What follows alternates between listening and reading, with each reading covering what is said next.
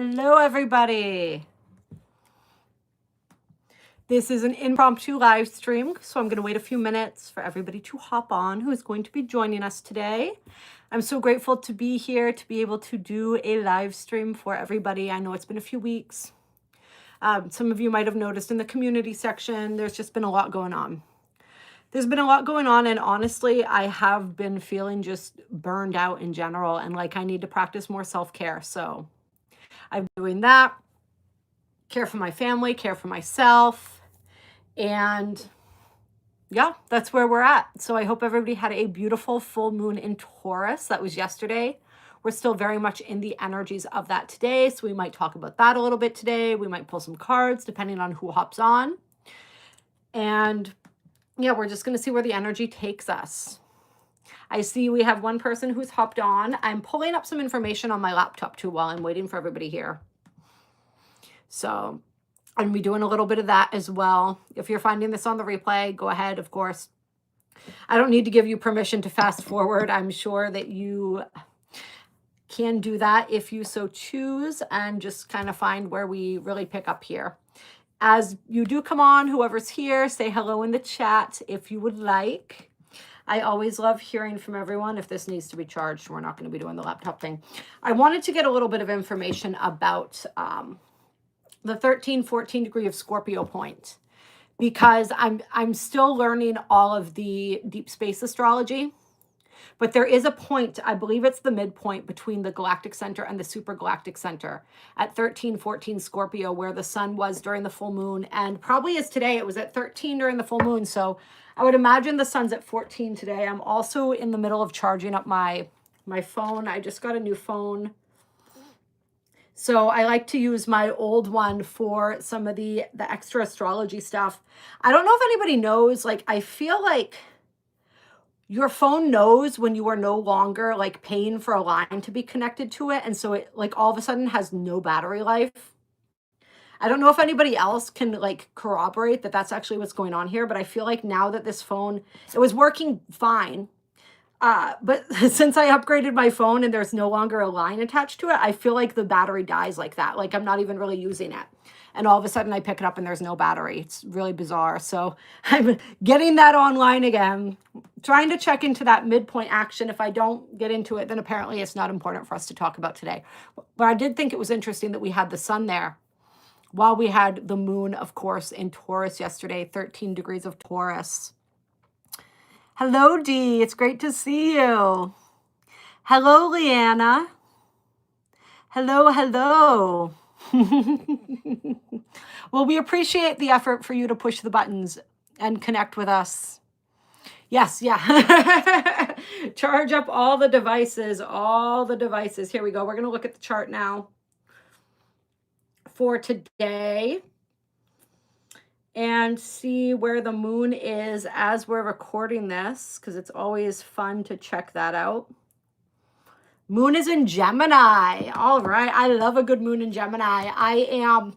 I have some strong Gemini placements in my charts. And as a Cancer rising, I feel the moons very much. So Gemini, moon and Geminis are always a fun time for me. I have the most difficulty when the moon's in Scorpio, that level of emotional intensity. As someone with a lot of earth placements, yes, I'm a Cancer rising, but my rising sign has this really been kind of like my challenge, sort of like my Achilles heel, you might say, in a lot of ways. In this lifetime, I think. So when the moon's in those deep water placements, it's a little bit troublesome sometimes, but love that sociable moon in Gemini energy. Hold on, I got to turn off the battery saver thing here so that way it doesn't keep turning my screen off on me. Low power mode. There we go. Get rid of that. All right. Yeah, that was a whopper of a full moon yesterday. Who else has been feeling that energy? I'm happy to provide an excuse to relax and take a break from doing any kind of work whatsoever, Dee. My pleasure. Yeah. He says the moon in Gemini explains my mood swings. Yeah. I just have to say, before we get into talking about the charts and all of this different stuff, just how grateful I am for this community. I had I connected with one of our tribe before doing this live stream today. And it just really struck me. It was really powerful and really needed, because it just really struck me, as it does from time to time, particularly when I work with some of you one-on-one, just like the power of the souls in this tribe, like the caliber of souls that connect, that I'm able to connect with. I don't even have words for it. Like, it's humbling. You are all so incredibly beautiful. And I have so much gratitude that somehow throughout cyberspace, throughout this world, which we say small world all the time, right? But it's not. It's actually a pretty large world. But we're able to connect. We're called together. And it's just, you're all such a beautiful reflection for me. So thank you for that. Thank you for that. And of course, we don't have Annika right at this moment. This was a kind of an impromptu live stream here. So we're not going to have all of the assistants.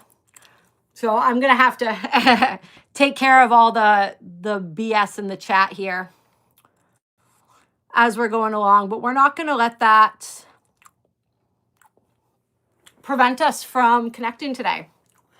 We know there's a whole lot of fuckery out there. There's a whole lot of unhappy people right now. A whole lot of unconscious people who are just really struggling and feel like they need to take it out on other people. And we're just going to send them love, and we're going to do our live stream, you know? Because I'm not here for them. I'm here for you. I'm here for all of these beautiful, powerful souls who chose to be together on this planet at this time, who chose to find each other throughout time and space, to support each other, to guide each other, to remind each other that we're not alone, even though it sometimes feels like we really, truly are. That's who I'm here for. We're mostly odd as hell. D, that's what I love the most about this tribe, right? This is, I look at it sometimes like those of you who watched like Rudolph, I think it was Rudolph, right? With the Island of the Misfit Toys. That's kind of like how I feel like this tribe is. It's just, it's a bunch of the wildest, craziest motherfuckers all coming together to support each other, right? I used to call myself a collector of strange and exotic people, because anytime I met somebody who was very outside of societal norms, who thought differently, who saw the world differently, I was like, all right, come here, be part of my clan. And now, like, that's essentially like we're all meeting together online now, which is absolutely perfect. I love it. Yeah. I'm not sure. That's going to be the problem with having to do more impromptu live streams, is we may not always have the goddess Annika to be there holding it down in the chat, but that's okay. We are thinking of her right now, and we're honoring her. I'm sure she'll be watching this live stream on the replay if she doesn't make it on the live. Yeah. Yeah, I mean, there's a lot, right? That full moon we had, I wrote about it. I shared a post that I wrote about it on Threads. Sometimes I just kind of scribble out little things on there. So if you guys don't follow me on that, and you want just like little written blurbs sometimes about what's going on in the heavens, it's just random when I decide to write something. So that's how everything is right now. Like I said, I had to kind of take a step back because I was doing too much and I was feeling really overwhelmed and just burned out. So I'm finding the way to balance all of that.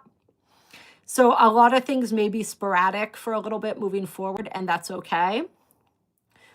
Just continue to bear with me. And we have a lot of different ways to connect. There's like a community tab now for the subscribers to this channel. So if you're not subscribed and you want to connect more with this tribe, go ahead and do so. Then you can post in the community tab and we can have conversations in there, connections in there. It feels a little bit like a Facebook kind of vibe that YouTube's doing right now with that, but it's like our own little personal Cosmic Rebel Facebook. So that's kind of cool. So feel free to try that out. You don't have to be a channel member, like a paid member. You just have to be subscribed to the channel, and you're able to chat in the community tab. So I want people to utilize that. I don't know why I'm shuffling. I guess we're maybe pulling some cards here. But yeah, we're still in the wake of that full moon in Taurus. I was talking a little bit about how we had the sun there at the midpoint of the galactic and supergalactic center, if my memory serves correctly. The moon wasn't making any major aspects, but Venus was the ruler, is the ruler of that moon, being the ruler of Taurus. And she was in the same exact position that the sun and the moon were during the new moon in Libra, at that 28, 29 degree of Libra point, in that yod, being that focal point of the energies of Saturn and Neptune in Pisces. Neptune is now back at 29 Pisces, so we're probably all feeling that as well, because that's a major wrap-up of a 164-year cycle, as well as the shorter cycle of Neptune in Pisces that I want to say, what year did Neptune enter Pisces? I want to say 2011. Let me double check on that, though. I'm pretty sure it was 2011. This is why it's so helpful having two phones here. Yep, April 4th, 2011. That April 4 has been a big day. We had like major eclipses, a lot of stuff going on around the 4th of April for the last few years. So that's really fascinating to me that that's when that was. So we've got that smaller cycle wrapping up as well. The 164-year cycle would be when Neptune first entered Aries. And now Neptune is, of course, in the process of re-entering Aries. So we got a lot of karmic clearing going on with that. Saturn still in the sign of Pisces as well. Before Saturn starts moving back toward Aries, they're going to have that conjunction at 08 Aries in February of next year. So that, like, that's a power point right there. And then on the other side, we have Uranus and Sedna in Gemini at that 0 Gemini right now. And so that energy interplaying and influencing Venus, just as it influenced the sun and the moon when we had that new moon in Libra on October 21st. So really calling us back to those themes, those energies. There's probably been a lot that people have been looking at around partnership, around finances, abundance, self-love, self-worth. Just Venus, also a sign that is ruled by, or sorry, Venus, Libra, also a sign that is ruled by Venus. So a lot of heavy Venusian energies and themes. We have that Grand Cross with Chiron and Eris, with Pluto, with Jupiter and Cancer. So just a lot of intensity for Venus. Like we said, a throwback to those themes with that new moon energy as we experience this full moon in Taurus. So I know it brought up a lot in me, a lot of intensity of feeling, of emotion. There was so much that I was purging and releasing the day before the full moon. I actually had a really good day yesterday for the most part. I found it like a really empowering, clearing energy after like the clusterfuck that was the days leading up to that. So let me know how you guys felt that and how you're feeling that now in the aftermath. And maybe we're going to get some guidance. That's why I'm shuffling the deck right now. And this is the Light Seers Tarot, I believe is what it's called.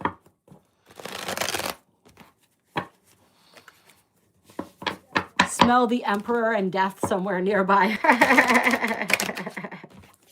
Oh, that's so funny. The phrase "the Emperor's new clothes" popped into my head. I think that was like a story, wasn't it? Not a fairy tale, but like some sort of like story or parable, right?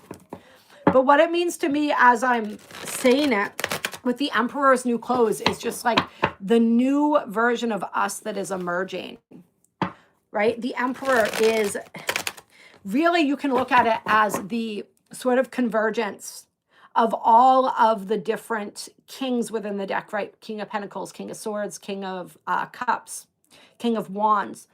When they reach their mastery, that energy combines to become the Emperor. Same for the Empress with the Queens. So this is the most empowered version of ourselves. And like that version of ourselves is getting a brand new clothes, right? It's a whole new version of us that's getting ready to step forward.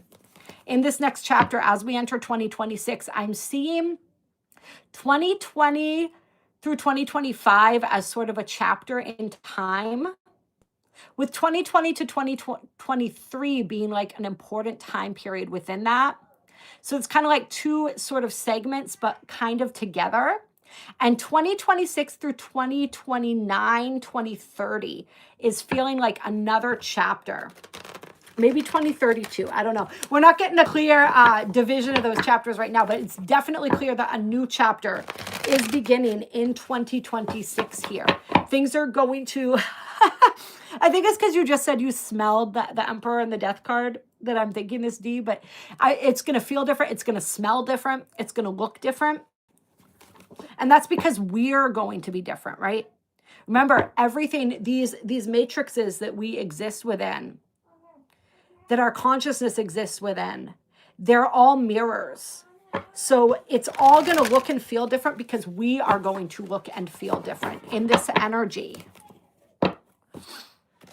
Kanik Malik, 8 February. Hello, Subair. I'm not doing personal readings right now. We're doing just like a general energy check-in. But you can email me if you want a personal reading. You can also follow me on TikTok. I do those sometimes on there. I do those sometimes on here, but just not today.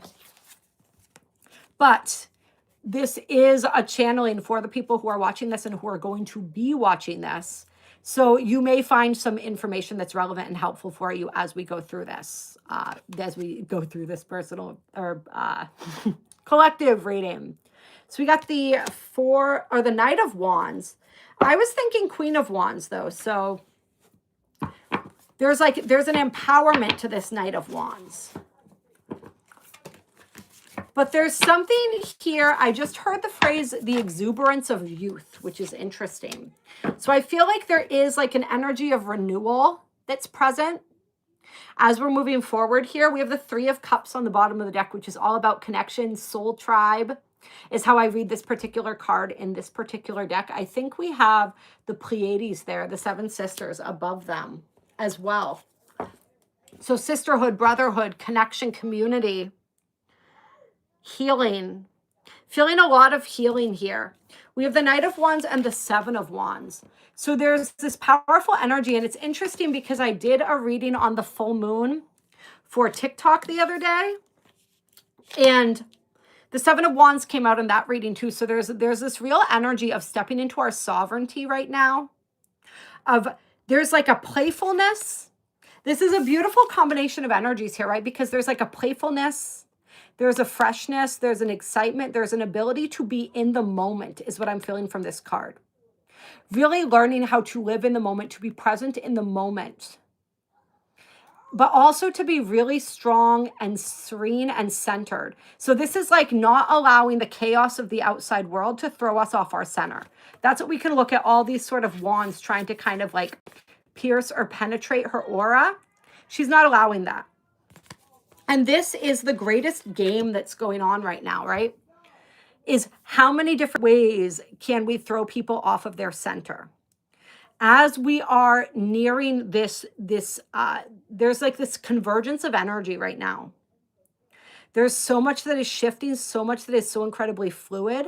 And this is such a power point for the collective that like there's going to be so many things occurring in the outside world that can easily throw us off our center. But our job is to not allow that. Is to stay centered in our energy, in our truth, in our faith. Not even just like our faith in the outer, in source, right? Not source out here, source in here. Our faith in ourselves, to become steadfast and centered within ourselves, within our own energy. And to really learn, this is a real teaching point, is the way Spirit's bringing it through right now, for us to learn how to be the calm, the eye in the center of the storm. All right, and we started getting this training back in 2020 when we had the blue lunar storm year in the galactic calendar, right? How to direct the energy through becoming the eye in the center of the storm. Finding that stillness within the storm. That's what this is all about. So this is a huge initiation for everyone, should they choose to accept it. When it comes to learning how to not allow our emotions to be dictated by outer circumstances, our self-worth, to find that within ourselves and really ground into that within ourselves here. That's the only way we're going to stay sane moving forward, because it's not going to get less crazy. It's going to get more crazy, right? The outer chaos. But that doesn't mean that our individual lives are going to have to be madness and mayhem, right? Because we get to control that. We have the greater collective reality, which is a mirror of the sum of all the collective beliefs, energies, frequencies. But we also have our own individuated experience of that, which is a mirror of our own frequencies. So that's like, we have control over that in a sense, through the mastery of our own minds, through our ability to center and ground within our being. So that's what Spirit is saying to focus on. And I had a really interesting conversation with a friend yesterday, and I shared this instinct or this feeling that I get, that part of what is going to happen with all of the outer chaos, and as these systems continue to fall apart, is that people are going to be forced to come back together again, to create community again. And notice we did get the community card here. Because we've, like, society, particularly Western society, right, has become so segmented, where everybody is isolated in their own little bubble. And this got more intense with COVID, right? A lot of people haven't really bounced back from that. You know, a lot more jobs are online now. People don't go into offices anymore. They don't intersect the way that they used to. Community has become more fractured. We've become more and more isolated. And as these perhaps services start going away, as we have these natural disasters, all of these different things that happen, like, we're not, in order to sustain ourselves, we're going to need to come back together again. So I feel like community is going to become more important, and people are going to be kind of forced into reconnection with each other, out of this state of disconnection and almost like disassociation. So I think that's going to be really interesting. I think that is perhaps one of the positives to look at all of this social change and upheaval, and all the toppling of regimes and governments and all of these different things. All right, they are seeking to isolate us more and more, but we know all of these things that they, right, all the things they try to do have the opposite effect, and maybe on a grander scheme that's actually intended, that's part of the greater architecture, right, is people awaken more through these things, and hopefully people will continue to connect more. So that's sort of like my vision of what I might feel, I'm feeling moving forward. And hello, Elizabeth. Okay. And I wanted to say, oh, hi, Michael. I see Michael here. And somebody else that I saw in the chat. I'm fast forwarding too far. I need to rewind a little bit. Oh, Punky Face, there you are. Yeah, I know. I was hoping to do a live yesterday, but I had so many errands to run and so many things to do that it just kind of bled into the time. I got my hair cut too. So we have a shorter, little bouncier kind of hair situation going on here. It's not going to be this curly once I wash it, because of course, I mean, it does its own thing, but it won't be quite like this. I think she did a really great job. It was kind of cute. I think a lot of us are getting into a time period. I'm going to be doing something with a color moving forward too, where we're feeling that shift. Remember, the emperor's new clothes, where we're wanting to just kind of mix things up, look different, feel different, focus on these different areas where we can just feel that sense of renewal. And something really interesting about the hair, and there's a woman that I know, and she is incredible. I wish I had her social media handles off the top of my head so that you guys could check her out. But she understands fully this energy of how the hair holds memory, it holds trauma, even it holds all. It's like you can think almost like our hair is like the Akashic records of our experience, of our being. So when you cut off hair, the reason why people, when they're going through, like, say, a crisis, you know, like there's that old sort of thing of like the cliche of like getting bangs. I'm not bad enough off that I went and got bangs. And actually my hairstylist last night said that that's one of the questions she always asks people when they come in and want bangs. Like, did you decide last night at 2 a.m. that you wanted bangs, or have you wanted bangs for months? Because if you decided last night, we're not doing it. So I'm not at the bangs point, but the chopping off of the hair. One of the reasons people do this when they're having mental breakdowns is actually because unconsciously they're sensing the fact that their hair is holding all of that energy and they're wanting a fresh start. So this woman that I know, she actually shaved her entire head to get rid of all the old energy. And I was like, my hat is off to you. Like, I don't think I would really be great bald. Some people, it works for them. I don't think it would work for me. So I'm not going that route, but I do feel a lot lighter just having chopped off some of it, right? The dead ends, some of that dead weight, some of that dead energy. So it's just something really fascinating about hair. It's also our connection to our psychic senses.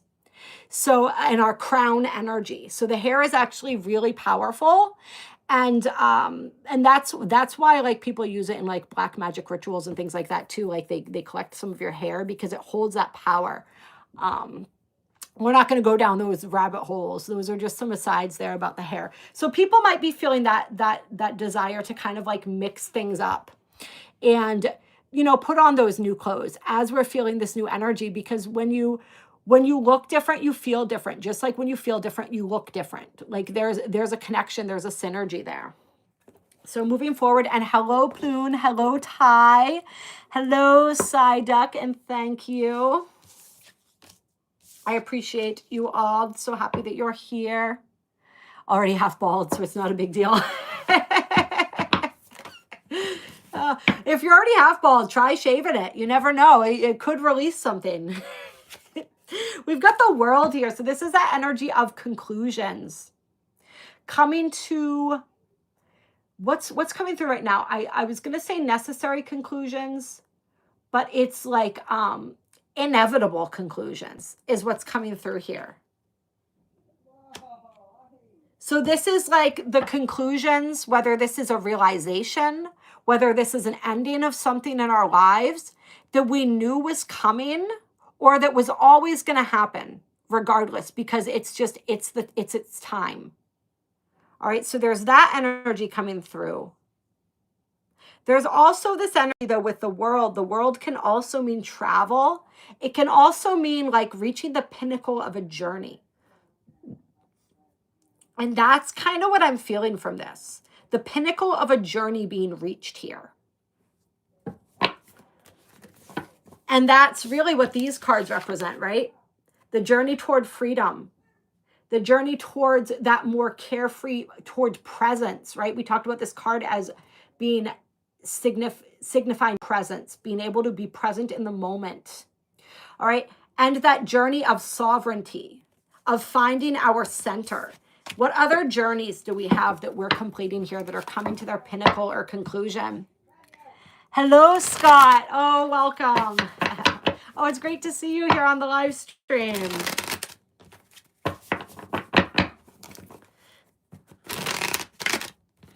What other journeys do we have that are coming to completion? Oh, isn't this so funny? I love it, Dee. So we got the Emperor here. And we also got the Six of Cups. So a couple things here. This is definitely a journey of maturity.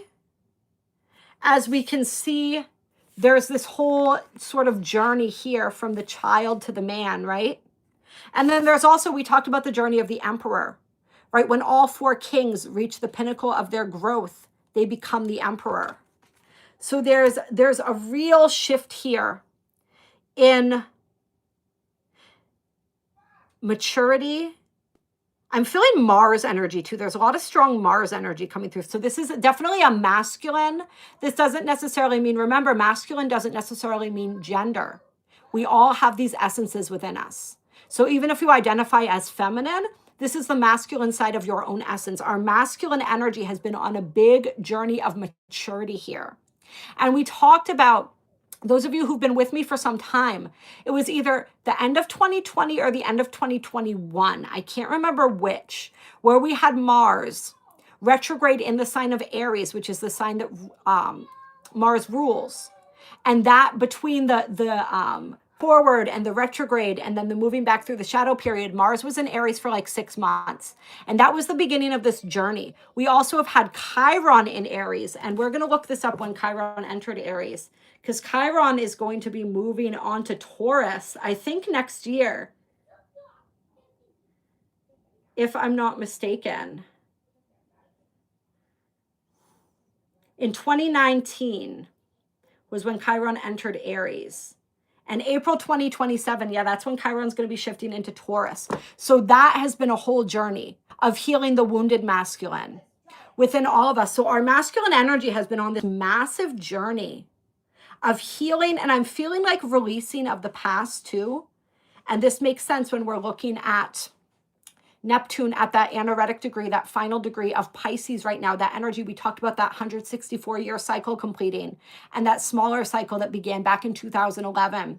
There's energy with that. There's a lot of these anaretic, these later degree of signs placements going on right now. As we're moving through the energies, there's a lot of tying up of loose ends, and there's a lot of releasing. It's like, what actually is coming through here is coming to terms with the past.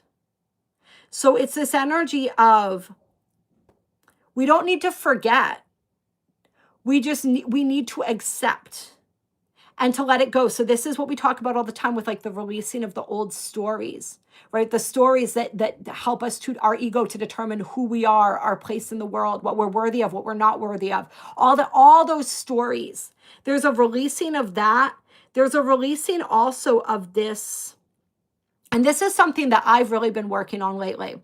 So there may be others kind of going through this as well. It's like the coming to terms with the procession of years and where we're at in a linear standpoint with that procession, right? So it's like embracing the wisdom that comes with age and no longer feeling like we're chasing our youth, right? It's like allowing chapters of our lives to close as we move into new chapters. So there's a big energy of embracing cycles here as well with this energy. So there's that wisdom, and there's that ability to release the attachment to the old stories and the attachments to anything from our past, whether it's an identity, a way of viewing ourselves, a way that we used to be, people we used to connect with, any of these things. It's like really allowing that to be completed. And that brings us back. That's this completion here with the world. I'm ready to, because Spirit's saying, in order for us to move on to what's next, we have to put to rest what was. Only when we put to rest what was can we be open to what will be. So that's a big piece of the work, for lack of a better word right now. Oh, I don't like calling it the work because it's not really even something that we do consciously. It's something that we do unconsciously. It's something that we do simply by showing up, by living our lives, by embodying presence. All right, let's see what else wants to come through here. Yeah, Six of Swords on the bottom of the deck. The peace. The peace that we finally gift ourselves by allowing ourselves to move on. So for some people, this could be old connections or relationships. Ones that perhaps have ended physically, but we've still felt emotionally tethered to. This could be, like I said, old versions of ourselves. Old ways of seeing ourselves. One of the things that I've learned as someone, and I'm sure many of you on here can relate, who feels as though they've lived many different lifetimes in one, is like the first lesson that I learned was that we can't become attached to people, because the people that come in and out of our lives, or at least in my experience, largely transient, right? Relationships are transient. Everything, D, to bring it back to that death card, right? Everything has cycles. And so the next level of that is realizing that our identity and who we see ourselves as is transient too, right? Because this is all, I mean, this is just an avatar, right? But we don't say that to dismiss who we are in this lifetime, because who we are in this lifetime is actually really important to our soul. Sometimes we can look at it, we think of our oversoul as this huge, vast intelligence that's fractalized into all these little avatars, right? All these little creations. So we feel like we must be almost insignificant to the oversoul because there's so many of us from the oversoul's point of view, right? The oversoul being like the original soul that we were birthed from, that we fractalized out of. But that's not true at all. We are so relevant because we are all the ways that our oversoul gets to experience itself, right? The oversoul, we think about like microcosm, macrocosm, right? So God, we take that a step further, right? The oversouls and everything that fractalizes out of them is extremely important to source because it's all the ways that source gets to experience itself. And then that gets broken down into smaller and smaller pieces. Smaller not meaning less relevant, right? But that continues to get broken down. So the oversoul fractalizes, and every fractal of the oversoul is so important because that's the oversoul's own experience of itself. All right, so we are very important. It's not to say that we're not, but we are fluid, right? We are not meant to necessarily, right? But we're not going to get into that. We'll say, just for simplification here, we're not meant to hold on to one version of ourselves and just cling on to that throughout our entire incarnation. How much more exciting is life if we open up to getting to experience many different versions of ourselves? Think of all, there's only infinite potential for our own lives, and existence only exists if we allow ourselves to release the attachment to what is right now. If I cannot release the attachment to what is right now, then there's no room for anything new to spring forth. And I think a lot of us have gotten stuck in this energy where it's like we say that we want to experience a new timeline, but we're so attached to certain aspects of this one that we're preventing that shift from being able to happen because we're holding on so tightly without even realizing how tightly we're holding on. Because we're afraid of what? Who we're going to become, who's going to be in our lives, what it's going to look like. So like our only job right now is to release that attachment to this version of ourselves. Because think back. Because like I said, I'm not the only one. This is a collective here, right? We're all here together because we go through similar experiences, right? And I'm just like the face and the voice that is, in a sense, like kind of sharing on behalf of this collective in a sense. And I don't say that in like any type of way, except that that's kind of what's happening, at least from my perspective here, right? So I would say all of you could probably look back and think about the different versions of you that have existed before the current one that I'm speaking to right now. Think back to those versions. The original version of you was probably afraid of change too, but the next version that came along was really cool also, right? And are you grateful that you had that experience? And then the next one that came along, are you grateful that you experienced that version of yourself too? So if you can say yes to this, then it would follow logically, right? Because we are logical beings as much as to our detriment or not. Would it not seem true or likely that the next version of you are going to appreciate as well? And we can still honor all the previous versions of us. And we carry aspects of those versions of us. And Spirit's bringing to my attention now that as we move through and evolve into these different versions of us, sometimes we kind of go back to a previous version because there's aspects of that version that were never fully addressed. So this is kind of something that I've been going through recently, where I kind of like skipped over healing certain versions of myself and just kind of almost like shape-shifted into another version. But I never really healed certain things within that previous version of me. So now it's like those aspects that weren't healed are still present. And they're looking for healing. They're looking for acknowledgement now. So this can be frustrating sometimes because it's like more insecure versions of me, more self-conscious versions of me. And so sometimes I can be like, I wish that I could be like that version of me that like, yeah, there were some things about her that, you know, like, I'm glad that I've healed, but like, she was a lot more confident, or she was a lot more this or a lot more that, you know what I mean? It's not that I want that version of me necessarily. It's that I want that aspect that was really bypassing, but that looked like healing. But now I'm getting the opportunity to actually heal it and actually be that energy instead of just glossing over and repressing certain aspects of myself in order to become that. I don't know if that makes any sense to anybody. That's going to make sense to whoever it's meant to make sense for. There's always a reason why I share certain things. So yeah, it's been an interesting journey, to say the least here. Oh, and thank you, Alessandro, by the way. Yeah.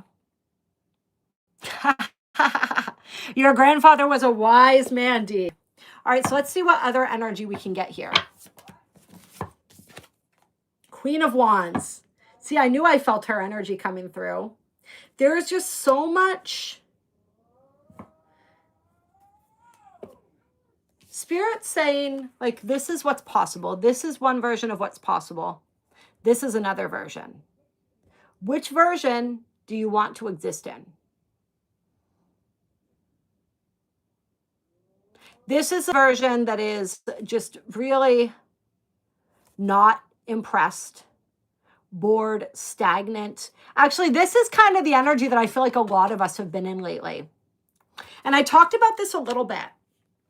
And I attributed a lot of this kind of like confusion that we've been feeling lately to the fact that we had a lot of the outer planets shift signs, right? We had Neptune move into Aries, Uranus move into Gemini, Saturn move into Aries.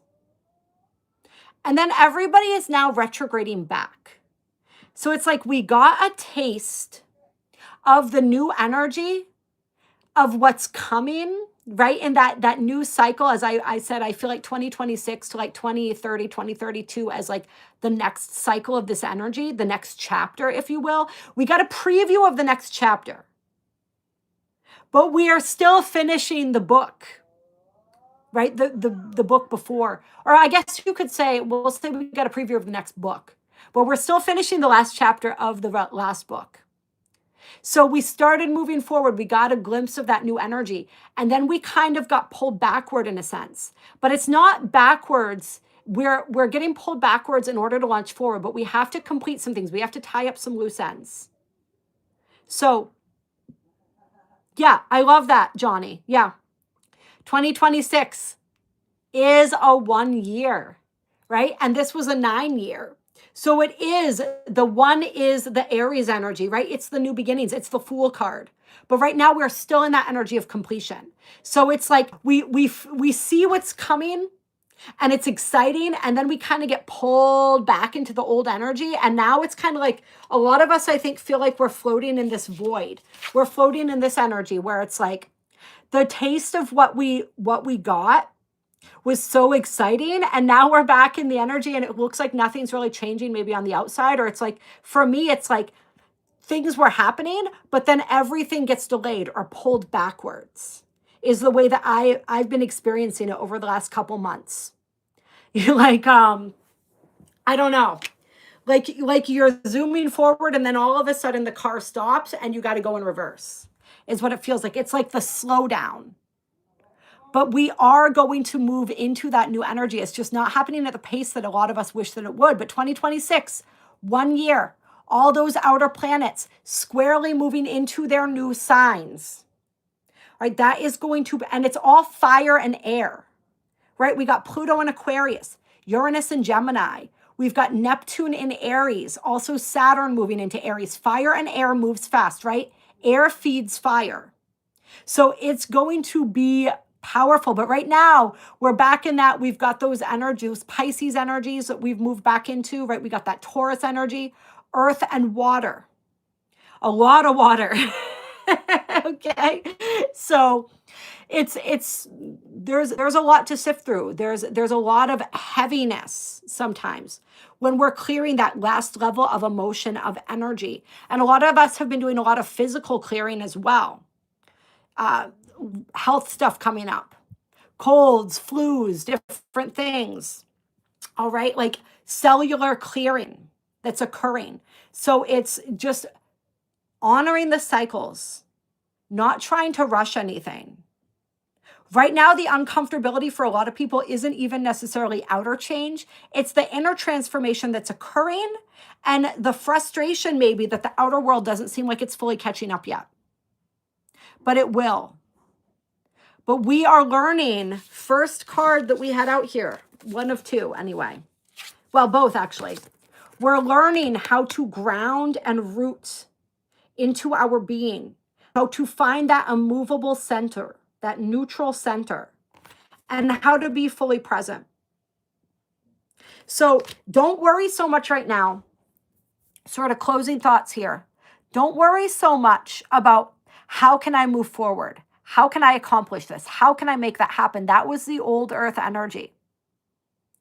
Just do what you can to be fully present in the moment that exists, to fully honor the moment that exists, and to really enjoy the moment that exists. And for some of us, this is going to be our challenge, right? It's an invitation. It can also be a challenge if there's a lot going on that is difficult right now, that is challenging. Just know that, understand that, accept that, but still find the beauty, find the joy in every moment. You know, last night I was getting ready for bed and I put in my headphones and I just danced around my house for like 45 minutes. It was really awesome. It was fun. It was freeing. All right, find the little ways that you can find joy, that you can be present. And just honor the timing. It doesn't really matter. Like, we can refuse to accept the timing of things. We can get mad every time something doesn't go our way, every time it seems like another roadblock gets thrown up. Or we can just allow it to be what it is and appreciate that maybe there's a reason for it. And even if there's not, we can't really do much about it, can we? We can get frustrated and rail against it, which only creates more things that frustrate us. Or we can just be like, okay, I guess that's not happening today. I guess that's not happening this month. You know, like that's what it's been for me a lot. Like, oh, I thought it was time for that. Apparently not. Okay. Check.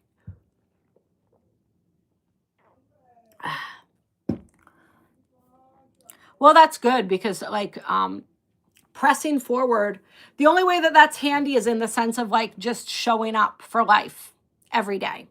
You know what I mean? But trying to force things, trying to force our will, situations, that's going to become more and more difficult because that's not the template of reality. Like that template for reality still exists, but there's so many other possibilities that like living and operating from that level of density is going to become more and more challenging. It's actually easier to shift into these other modes of being. It takes a little practice because it's not what we've been trained to do. Working on our energy first, as opposed to, you know, white knuckling it and pushing through situations, self-willing our way through situations. It's not as natural because that's not how we were conditioned and trained. But it is actually easier when we allow ourselves to just be in that energy. Release and unbounded keep coming in for words. I like that. I like that a lot. Let's see. Hi, Sophie, by the way. I love you, beautiful. I love you so much. All right, let's see. Final, what do we want for a final? Oh, interesting. We're going to do a White Light Oracle card to close today.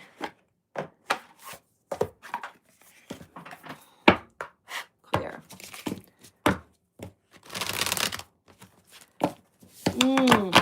Dee says, opening your heart eases the process of opening your mind and shifting the thought patterns. Yeah.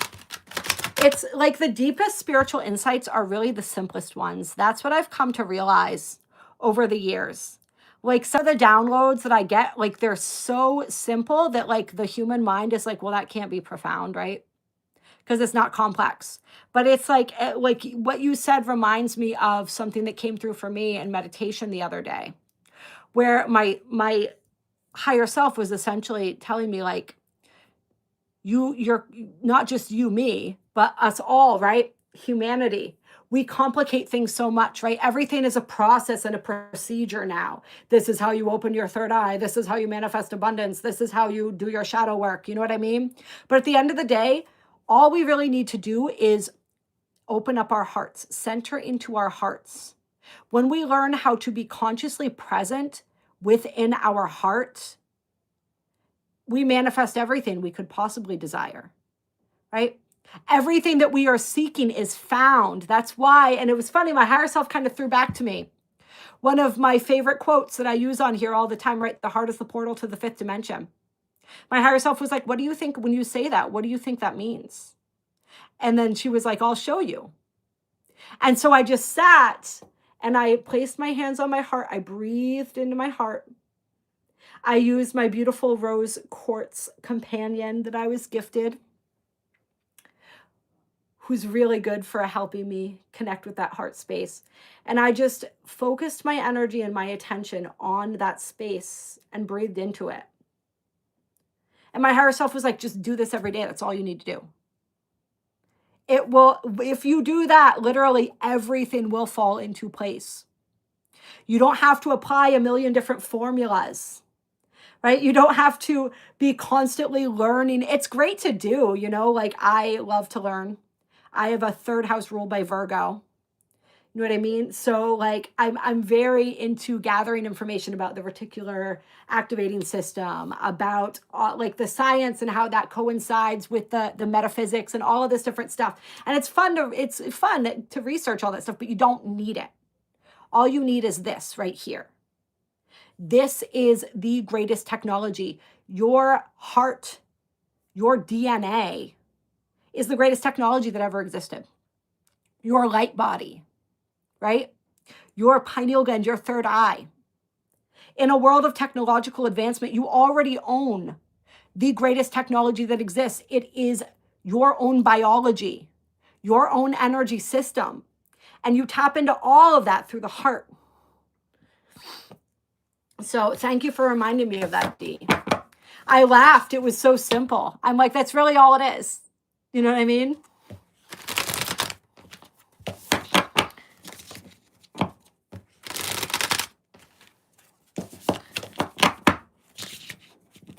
Haha.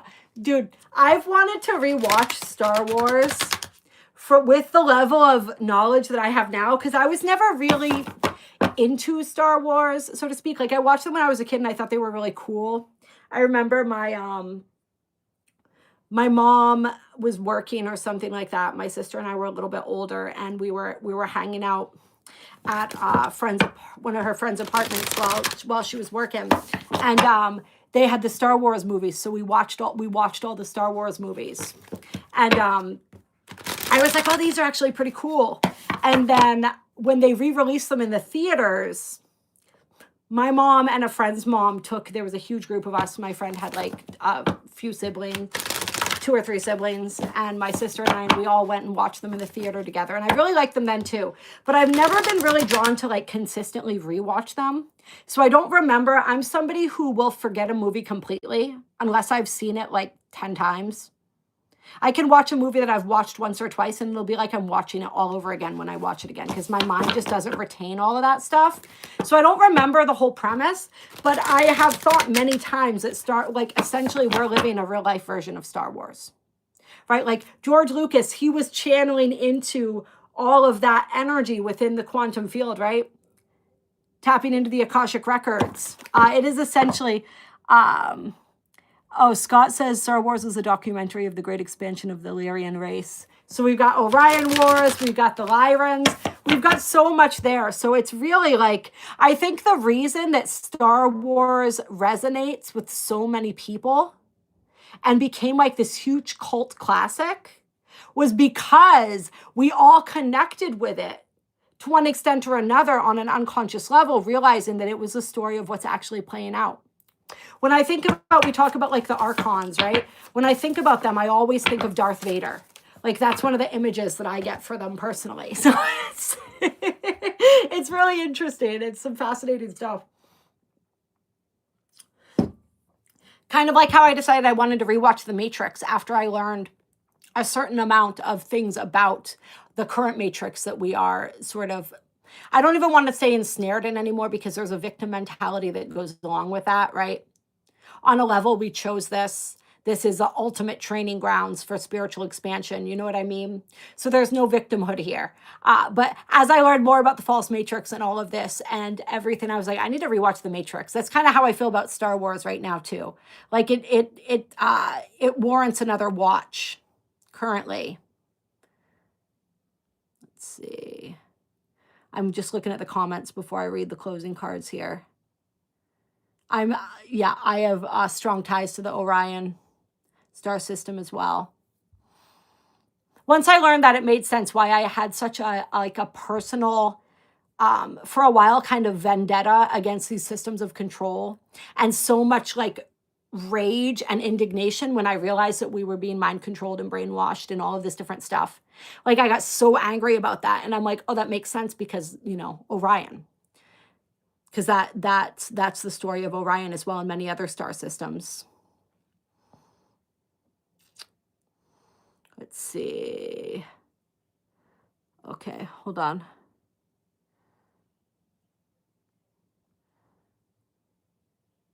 Oh, are you Diana, you talked about the hair? Yeah. Yeah, an antenna, right? That connection to source, absolutely. Okay. Oh, thank you, Diane. Like I said, it's not going to look like this when I restyle it myself. I'm going to do my best to give it something, but yeah. Yeah. Yeah, it's so fun when you start to learn about yourself in these different star systems. Like, yes, on one hand, this version of ourselves that we're experiencing right now is the most important one. This is where our consciousness is entrained right now. This is the aspect of our consciousness that is, I don't know how to say it, but you guys know what I'm trying to say here, right? This is the most important incarnation and version of ourselves for ourselves to focus on right now, but it still helps to know about some of that other stuff. And for anyone who is interested and wants to learn more about that stuff about themselves, I have a couple of different ways that I help people access that. We could do a traditional reading, but we could also do an aura hypnosis healing session. During that session, there's a past life regression piece to it. And we could also I do people's charts incorporating galactic information, the stars, fixed stars, star systems, and some really cool stuff comes through when I do those chart readings for people. So reach out to me if you're wanting to explore any of your galactic heritage or past life energy through either one of those means. So we have the Tantra of 639 hertz. Interesting. And then we also have Shakti Pot of Seahorse. Ooh, and I love on the bottom of the deck here, we have the Ishtar's Lion Gate 888, which is card number 44. 4 plus 4 is 8. And that, I'm feeling serious energy from that as well, interestingly. So we're going to look here, and I do have to wrap it up in just a couple minutes, so we may not have time to read all of this. Oh, and I put it upside down with the wolf there, so that wolf symbolism may be extremely powerful, or especially powerful, I should say, for somebody. So we got to look at card number 18. And let me just see. This says, be open to that which seems unfair, unfamiliar, or different. You will experience a breakthrough as you embrace wow, I'm really stumbling over my words. Mercury goes retrograde in a couple days. An unusual approach in Sag and then back into Scorpio. So there's that seductive tantric energy there. You are on a soul path of accelerated spiritual growth, which is swifter but not always easier. You do not have to contrive your own happiness, but you can dip into the bliss within your body to lighten your mental state and remind yourself everything is working out beautifully. Interesting. Tantra is the conscious creative intermingling of the sacred masculine and sacred feminine energies that dwell within every human heart. When one chooses to honor the interplay of these sacred energies, we become able to engage with the mysteries of our life and respond creatively. Tantra is the refusal to turn away from your life experiences, even the painful ones, because you recognize that with wisdom, spiritual growth can emerge from all things. Tantra is the willingness of your heart to thoroughly embrace that which might be difficult or different to what we expect. And through such open-minded, open-hearted engagement, discover a capacity to love and become wise. Tantra is the sacred relationship of the spirit and the body, which creates the soul with all its precious gifts of healing, creativity, love, and higher consciousness. The frequency of 639 hertz evokes unity. It moves beneath conflict and grounds us in simplicity, connection, and love. When Tantra of 639 hertz is in a reading, soul connections, whether twin flames, soulmates, spirit guides, or soul tribes, I just got to chill, are especially significant to our spiritual growth. This frequency enhances the capacity for conscious and healing interactions between those who have been at odds. It is a loving cosmic bliss balm which breaks the toxic grip of ego and facilitates soulful connection and karmic healing. If you have been working through relationship issues, this oracle brings good news for healing and resolution. Ooh, I just got another chill. That's definitely confirmation for somebody listening to this. This frequency also clears and strengthens the energy flow through the inner systems of the body, promoting cellular renewal. The heart healing brought about by this frequency heightens our spiritual awareness so we can navigate in both our relationships and our environments with more discernment and skill. When we cannot control our environments, we can work to become masterful of our own energy. The oracle brings reassurance. This frequency reestablishes our connection to the spiritual realms of light, love, and sacred healing beauty. It is the sublime frequency of ecstatic serenity. These beautiful energies can enter our field and create a movable spiritual feast which will nourish, support, protect, and shelter us, no matter the environment we may be moving through. The oracle of Tantra of 639 hertz asks you to allow connection. Do not zone out and turn away from what is happening, even when it is painful. Be gentle with yourself, but be persistent on your path. If you cannot proceed along a certain course, find another way and do not abandon your dreams. Be receptive and yet also determined and dynamic. If you have been worrying about a situation, this oracle advises you are working your way through it. Whatever support you need shall be provided, and you are further along than you realize. The highest divine outcome is already being woven through your soul and into your experience. Things may not go to plan, but they are still going to work out. So surrendering, allowing, perhaps praying for the highest possible outcome for everyone involved. Maybe listening to 639 hertz. I'm also getting a message here for us to help ground into our bodies, to build a sacred and divine relationship with our own bodies, with our own masculine and feminine energies. Taurus energy, we just said that Taurus full moon is sensual. It is connected to the body, the physical senses, the physical experience. So really honoring your own body, your own temple, honoring your connection to others, honoring the sacredness of that, seeing every connection as divine and sacred, and looking for the most aligned path forward. And then I will put in the community, I think, I don't know, let me see. Let me just take a peek at this because I do have to get going here. It's so hard to just... And yes, I was thinking of some people in our chat right now when I was reading that. Absolutely. Hello, Parva. And then this, I'll just read this little blurb here. It says, as you embrace your inner essence, you will be at peace with who you are, including your vulnerability, and no longer see the need to conform to social ideals which have no true resonance for your heart. You are encouraged to trust your intuitive recognition of which environments and relationships harmonize well with you, supporting your spiritual growth and well-being on all levels. You have the innate capacity to manifest. Relax and you shall attract all you need. So this is that energy just confirming. Don't force things. Relax, tap into your heart. Get into that energetic place, this energetic place here. And everything else will work out exactly as it's meant in exactly the time that it's meant to. Let's see. Building that relationship with yourself and spirit. I'm just going to read this one last part. Shaktipat is a transmission of grace. It is an enlightening gift of energy that enables mastery. Shaktipat of Seahorse empowers us to instinctively seek environments that are conducive to our well-being, rather than damaging ourselves by trying to adapt to external situations or societal values.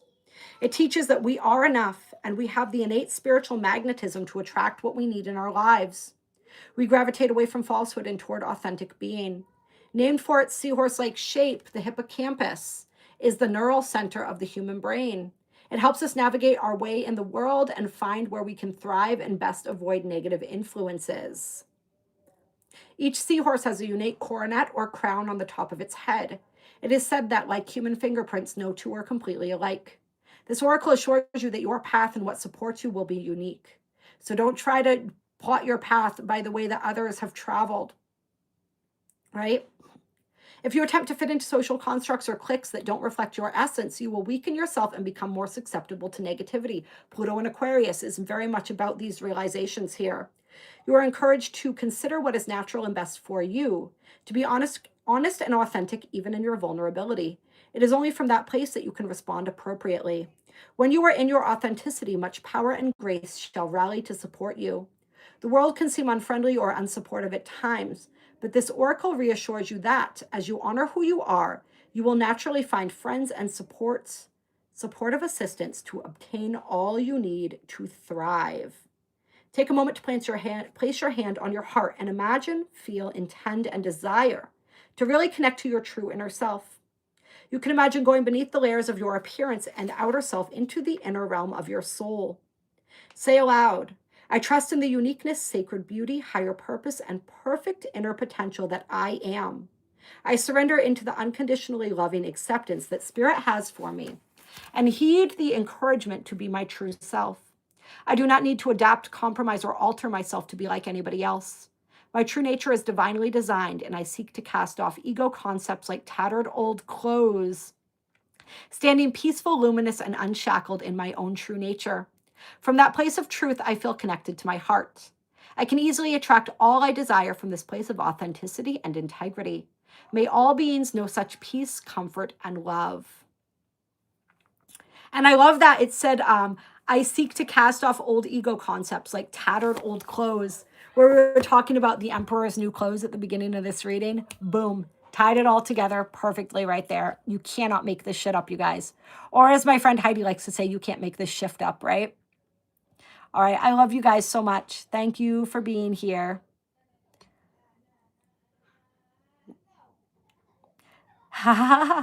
Isabel, I say all the time, I talk about us as a tapestry being woven. So I love that you use the analogy of the sweater being knitted. Yeah.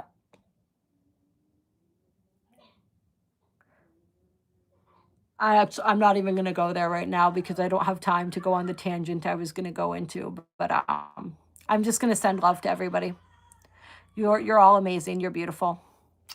I am so glad that we got an opportunity to connect today. Hello, Dale. Hi, Michael.